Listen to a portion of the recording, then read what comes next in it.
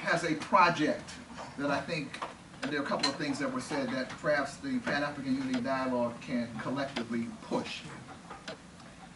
One of the key things, and by the way, Muriel Fagnon Mendes France was the person who led that delegation. We know Muriel.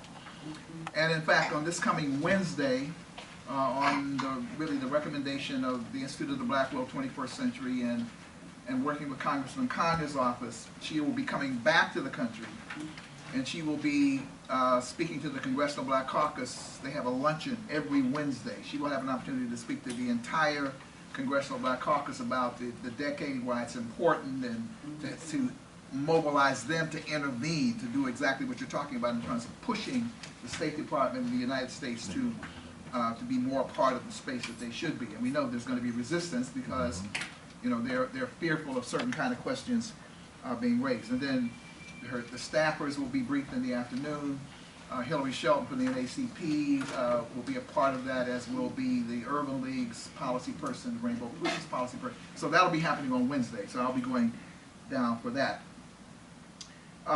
Dr. Garvey's, and actually there was a gentleman who was supposed to be here today who had promised, who helped to sponsor that delegation, who said he was going to come today, but apparently was not able to come and be here with us.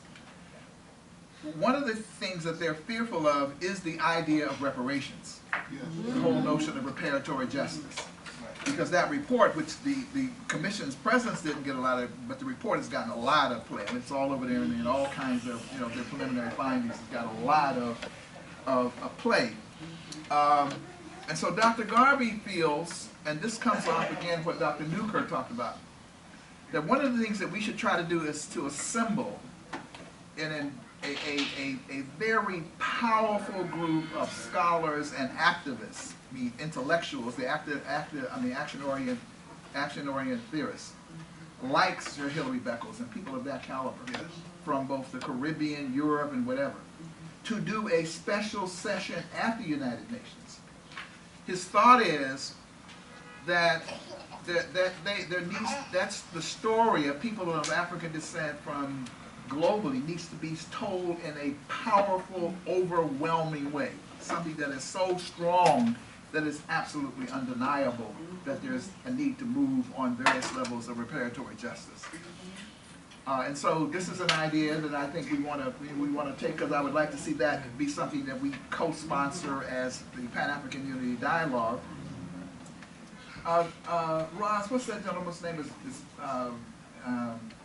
That Yolande recommended it to us. He was going to come to the meeting today. Is it Boggs? Bruce Knotts. Bruce Knotts, yeah, Bruce Knotts.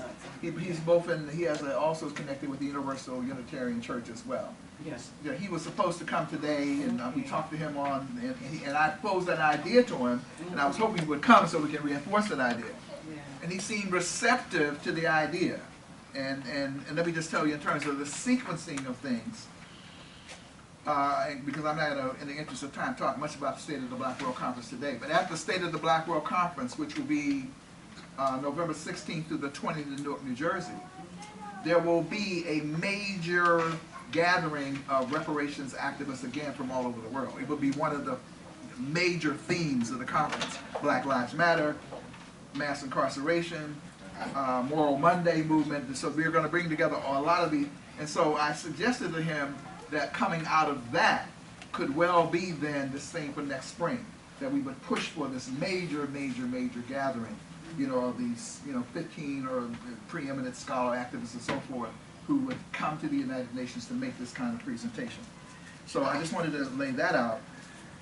And I think also that we should take President Wai's suggestion up that from the Pan-African Unity Dialogue that we do select someone and submit their name to speak on behalf of this body. And then the next thing is, obviously, we have had the ambassador, the permanent ambassador from South Africa and others, but we can invite others to come. Which is all the more reason why the representativeness of the Pan-African Unity Dialogue becomes important.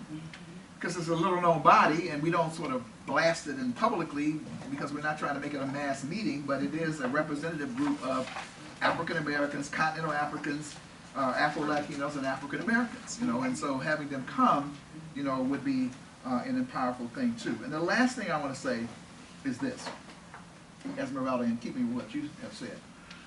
And I don't want to just, obviously there's a lot of work being done around reparations. I just came from Atlanta. The National African American Reparations Commission is going to be having a regional hearing on its 10-point program, which is not a counterpart, but is similar to what's happening in the Caribbean. But in the planning meeting, someone raised the same point that you raised, that there should be global pressure on the Vatican. That one of the things that needs to come out of this whole conversation is global pressure on the Vatican to apologize, to acknowledge and apologize for its complicity in the Holocaust of enslavement.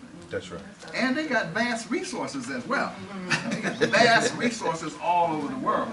And so obviously the question of compensation and so forth would be a part of that. But so I'm saying there's a lot of convergence of ideas, because at the end of the day, obviously the UN officials and all that would like this to be a celebration and programs and cultural and whatever.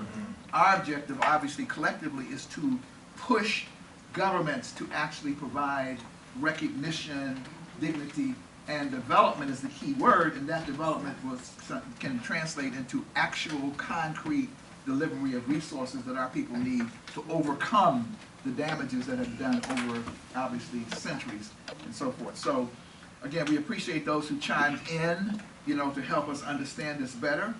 That may impact how we design the next meeting, perhaps in May. The president here has talked about narrowing the focus, and I do intend we want to do that for the next meeting, and we'll talk about that near the end. So maybe we'll have a twofold purpose, and maybe it's the UN decade, and then a set of other issues related to crises in Africa, because Mr. Chairman, as you've alluded to that as well, we have been on this because in terms of concrete actions, whether it was the crisis in Southern Africa, not in Ebola, and even this issue, even though we didn't get into the streets necessarily, this body has been willing to back those things in terms of the initiative of the United Africa Congress. Right. Okay, so let's move on quickly. Just one thing, Ron. Sure. I think the best thing that has happened to us of this whole process is the old term of people of African descent. Yes.